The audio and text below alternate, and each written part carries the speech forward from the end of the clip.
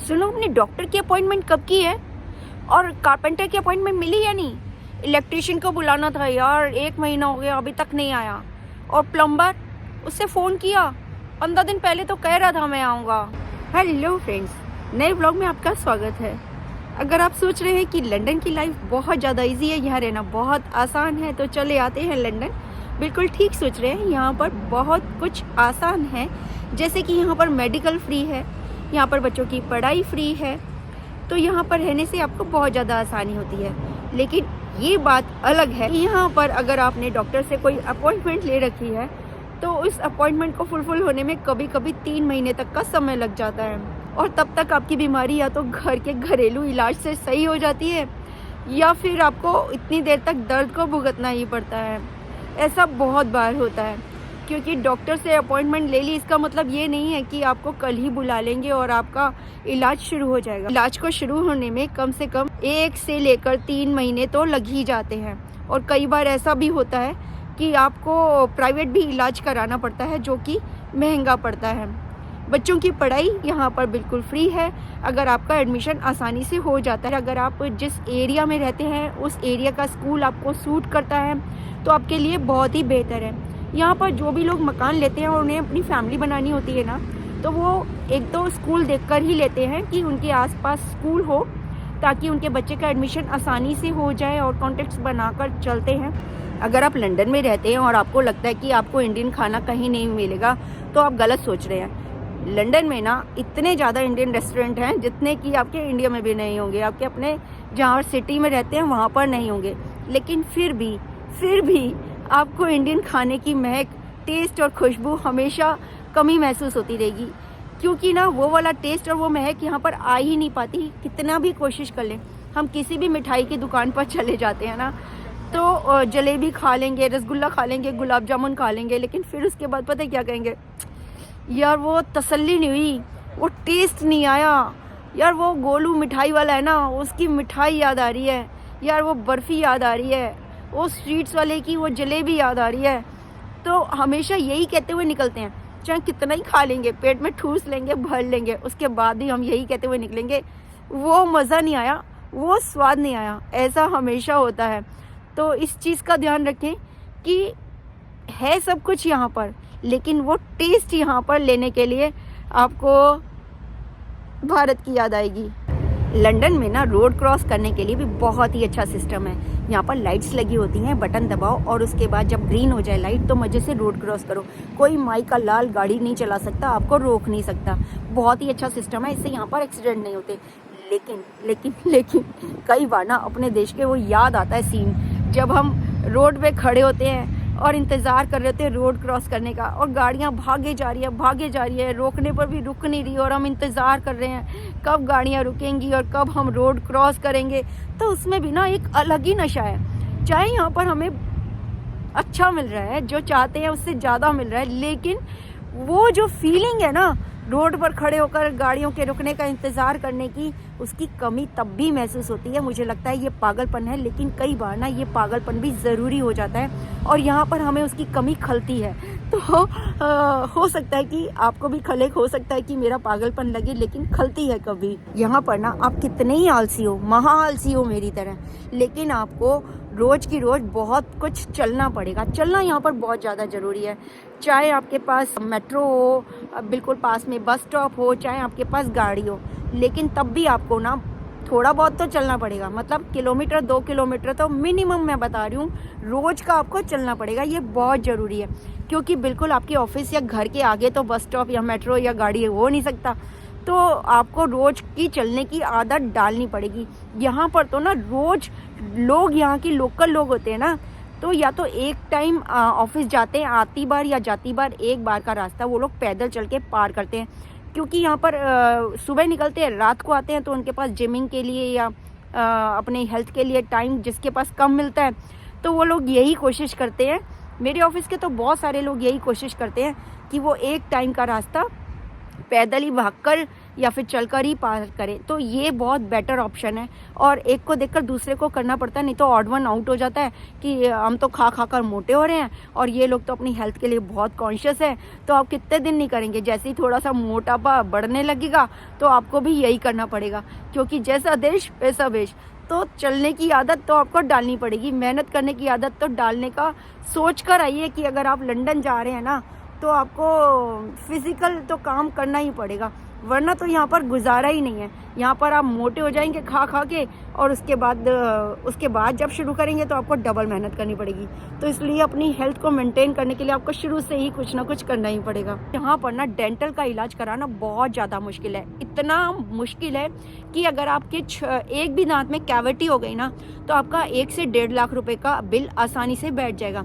तो इतने में तो ना आप आराम से इंडिया भी जाएंगे, अपनी फैमिली से भी मिल आएंगे, इलाज भी कराएंगे और 1.5 लाख रुपए में आप वापस भी आ जाएंगे। तो इस चीज़ के लिए इंडिया की बहुत याद आती है। ऐसा लगता है कि फटाफट जाएंगे डॉक्टर के पास और वो हमारा इलाज कर देते हैं। ज़्यादा से ज़्यादा 10-15 मिनट के लिए वेट करना पड़ता है, वो भी हमें इंडिया में बहुत भारी लगता है। लेकिन लंदन में 2-2, 3-3 महीने तक वेट करना पड़ता है, तो तब भी भारी नहीं लगता, क्योंकि यहाँ पर यही सिस्टम है। फ्रेंड्स, अगर आपको यहाँ पर कारपेंटर की, इलेक्ट्रिशियन की या प्लम्बर की ज़रूरत पड़ जाए तो आपको इंडिया बहुत याद आता है, क्योंकि ना यहाँ पर आवर के हिसाब से पेमेंट दी जाती है, घंटे के हिसाब से पैसा दिया जाता है।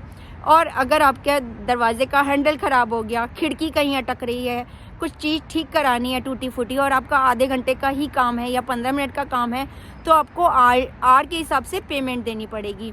और ज़रूरी नहीं है कि वो बंदा 1 घंटे की पेमेंट लेकर राजी हो जाए काम करने के लिए, कम से कम 2 या 3 घंटे की पेमेंट लेगा। तो आपको एक छोटा सा काम कराने के लिए भी 12 से 13 हज़ार रुपये की चपत लग जाती है। तब आपको इंडिया बहुत याद आता है। उसके लिए आपको खुद ही थोड़ा बहुत काम सीखना पड़ता है, ताकि छोटी मोटी ज़रूरत का काम आप खुद ही कर सकें, या फिर आपको उन पर डिपेंड रहना पड़ता है। 15-20 दिन इंतज़ार करने के बाद उनसे जी हजूरी करके काम कराना पड़ता है। अनाप शनाप पैसा भी देना पड़ता है, उनसे चाय कॉफ़ी के लिए भी पूछना पड़ता है, जी आप कैपेचिनो लेंगे, शुगर, विदाउट शुगर, और ऐसे करके आपको अपना काम कराना पड़ता है। उस समय इंडिया बहुत याद आता है, जब आपसे 1000-500 रुपये में काम हो जाता है, सलाम ठोक कर वो बंदा खुशी खुशी घर जाता है। तो यहाँ पर इस काम के लिए इंडिया की कमी बहुत ज़्यादा खलती है। और यहाँ पर ना सभी लोग घर की पेंटिंग भी अपने आप करते हैं, दीवारों पर पेंट अपने आप करते हैं, क्योंकि यहाँ पर पेंटर बहुत ज़्यादा महंगे हैं। यहाँ पर मेरे नेबरहुड में कोई भी बंदा ऐसा नहीं है जो अपने घर का पेंट बाज़ार से पेंटर लाके कराता हो। छोटे छोटे ब्रश ले आते हैं, रोलर ले आते हैं और धीरे धीरे सैटरडे संडे खुद ही पेंट कर लेते हैं। तो यहाँ पर ना सैटरडे संडे हमारी तरह, भारत की तरह नहीं होते कि चलो शिमला चले जाते हैं, मसूरी ले जाते हैं बच्चों को और घुमा लाते हैं। यहाँ पर हम घर के छोटे छोटे काम करते हैं, कुछ प्लम्बर का, इलेक्ट्रिशियन का या कारपेंटर का छोटा मोटा काम है जो हम खुद ही कर सकते हैं, वो हम खुद करते हैं। या फिर घर में कहीं पेंट ख़राब हो गया तो उसकी टचिंग कर लेते हैं, या फिर बच्चों को पार्क घुमा लाते हैं, फैमिली टाइम देते हैं, क्योंकि वैसे तो यहाँ पर टाइम नहीं मिलता बच्चों को टाइम देने के लिए। तो उस दिन पार्क घुमा लाए बच्चों को, या आसपास कोई फेयर लगा उसमें ले गए। तो हमारा सैटरडे संडे इन कामों में ही गुजर जाता है। हॉलीडे और वेकेशन के लिए हमें या तो अलग से छुट्टियां लेनी पड़ती हैं या फिर लंबी वेकेशन का इंतज़ार करना पड़ता है। यहाँ पर सैटरडे संडे का मतलब वो वाली वेकेशन नहीं होता, उसके लिए हमें इंडिया की बहुत याद आती है, जो कि छोटे मोटे कामों के लिए हमें खुद काम नहीं करने पड़ते और हमारी वेकेशंस, हमारी 2 दिन की वो छुट्टियाँ ख़राब नहीं होती। तो उस समय इंडिया की बहुत याद आती है और बहुत मिस करते हैं उस समय इंडिया को। फ्रेंड्स, यहाँ पर ना लड़कियों को कुछ भी पहनने की आज़ादी है, वो कभी भी कुछ भी पहनकर कहीं पर भी जा सकती हैं। ये एक बहुत अच्छी बात भी है, लेकिन कई बार ना इंडिया की कमी बहुत ही खलती है। खासकर जब कोई त्यौहार आता है तो ऐसा लगता है कि एक घाघरा पहन लेते, एक अच्छी सी स्कर्ट पहन लेते, सुंदर सी चुन्नी पहन लेते, सभी हमारी तरह बने ठने होते, चूड़ियाँ पहनते और हम हंसते खिलखिलाते खेलते और एक दूसरे को अपना दिखाते फैशन।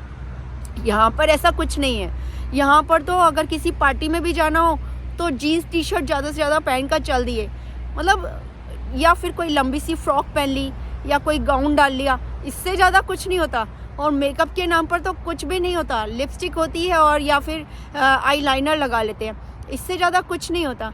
तो झुमके, बाली, चूड़ियाँ इस सब को पहनने के लिए हम कई बार तरस जाते हैं और उस समय इंडिया की बहुत याद आती है। ऐसा लगता है कि हमारे तो श्रृंगार ही ख़त्म हो गया। तो अगर ऐसे में अगर आप मिस करेंगे इंडिया को तो मेरे जैसी हालत हो सकती है कभी आपकी। फ्रेंड्स, यहाँ पर ना समर्स बहुत अच्छी होती हैं और सभी समर्स का इंतज़ार करते हैं। खासकर जून, जुलाई, अगस्त, ये 3 महीने की यहाँ पर गर्मी बहुत अच्छी होती है। लोग बैठकर धूप सेकते हैं, पार्कों में लोग दिखाई देते हैं और बहुत अच्छा टाइम बीतता है। लेकिन उसके बाद जब सर्दी का मौसम आता है ना, तो यहाँ पर डिप्रेशन की बीमारी हो जाती है लोगों में। सब लोग घरों में घुसे रहते हैं और यहाँ पर हीटर चलाने पड़ते हैं घरों के अंदर। और बाहर निकलो तो आपको अगर हाथों का, पैरों का कोई काम करना हो तो आपके हाथ सूज जाते हैं, सुन्न पड़ जाते हैं, इतनी ठंड पड़ती है यहाँ पर। उस समय इंडिया का मौसम याद आता है। ऐसा लगता है यार 2 महीने की लू सह लेंगे, गर्मी सह लेंगे, कम से कम यहाँ पर 5-6 महीने की इतनी ज़्यादा सर्दी तो नहीं सहनी पड़ेगी कि हमें घरों के अंदर बंद रहना पड़े। चारों तरफ सफ़ेद ही सफ़ेद दिखता है या फिर कोई घर से बाहर दिखता ही नहीं है, बंदा बिल्कुल सन्नाटा रहता है। सब घरों में हीटर चलाकर बैठे रहते हैं या ऑफिसेज में बैठे रहते हैं। सर्दियों के दिनों में लोग डिप्रेशन का शिकार हो जाते हैं। उस समय हमारा इंडिया हमको बहुत याद आता है। इंडिया में मैं मानती हूँ कि सारे ही मौसम एक्सट्रीम के होते हैं, गर्मियाँ सर्दियाँ बहुत ज़्यादा होती हैं, लेकिन तब भी हमारी सड़कें, हमारी गलियाँ और हमारे पार्क गुलजार रहते हैं। कभी भी वहाँ पर सन्नाटा नहीं होता, हमेशा शोर शराबा रहता है। लेकिन यहाँ पर सन्नाटा हो जाता है, बिल्कुल शोर नहीं होता, आवाज़ें ही नहीं आती। पक्षियों की आवाज़ें आती हैं बस सुबह शाम, और तो कोई आवाज़ नहीं आती। सुई भी गिरेगी तो आपको पता लग जाएगा कि सुई कहाँ गिरी है। तो इतना सन्नाटा होता है, उस समय इंडिया की बहुत याद आती है। अगर आपको लंदन में गाड़ी का लाइसेंस चाहिए, यानी कि ड्राइविंग लाइसेंस चाहिए, और आपने सोचा भैया हम तो इंडिया में 10 साल तक ड्राइविंग कर चुके हैं और हमारा लाइसेंस तो यूं चुटकियों में बन जाएगा, तो आप बिल्कुल गलत सोच रहे हैं।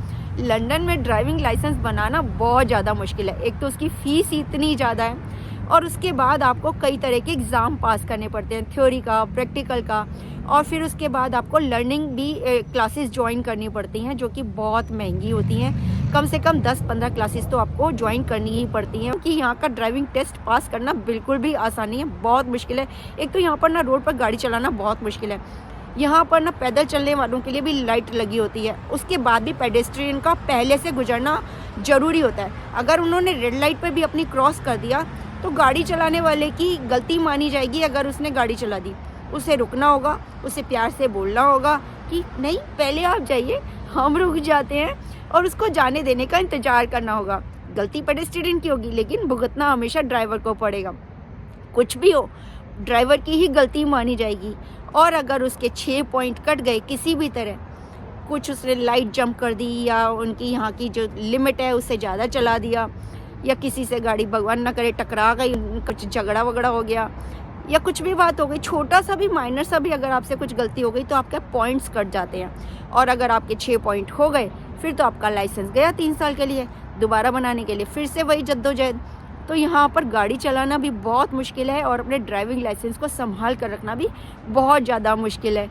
तो लंदन में वो अपने देश की बड़ी याद आती है। जब हम गाड़ी चला रहे होते हैं ना और पैदल वाला कोई जा रहा होता है तो हम उसको रोक कर बोलते हैं, अबे अंधा है क्या, चल अच्छा निकल निकल, तू निकल ले, पहले तू जल्दी पहुंचेगा, तू पहले पहुंचेगा, तू मुझसे पहले पहुंचेगा। और हम निकल जाते हैं और वो बेचारा कभी हमें देखता है, कभी हम उसको देखते हैं और हम आपस में हंसते हैं। और ये रोज़ का तमाशा होता है। या फिर थोड़ी बहुत गाड़ी टकरा गई आपस में तो हंसकर बात को ख़त्म कर देते हैं। ज़्यादा से ज़्यादा कुछ दे लेके निपटा लेते हैं, लेकिन मामला पुलिस तक कभी नहीं जाता। और गाड़ी का लाइसेंस तो कभी रद्द नहीं होता। हाँ, जुर्माना थोड़ा बहुत लग जाए वो मैं मानती हूँ, लेकिन रद्द नहीं होता। तो उस समय इंडिया की बहुत याद आती है। फ्रेंड्स, अगर आप मेरे चैनल पर नए हैं, चैनल को अभी तक सब्सक्राइब नहीं किया है ना, तो जल्दी से सब्सक्राइब कर लीजिए प्लीज़, क्योंकि आने वाली वीडियो में मैं लंदन के बहुत सारे राज खोलने वाली हूँ। मिलते हैं एक नए वीडियो में बहुत जल्द।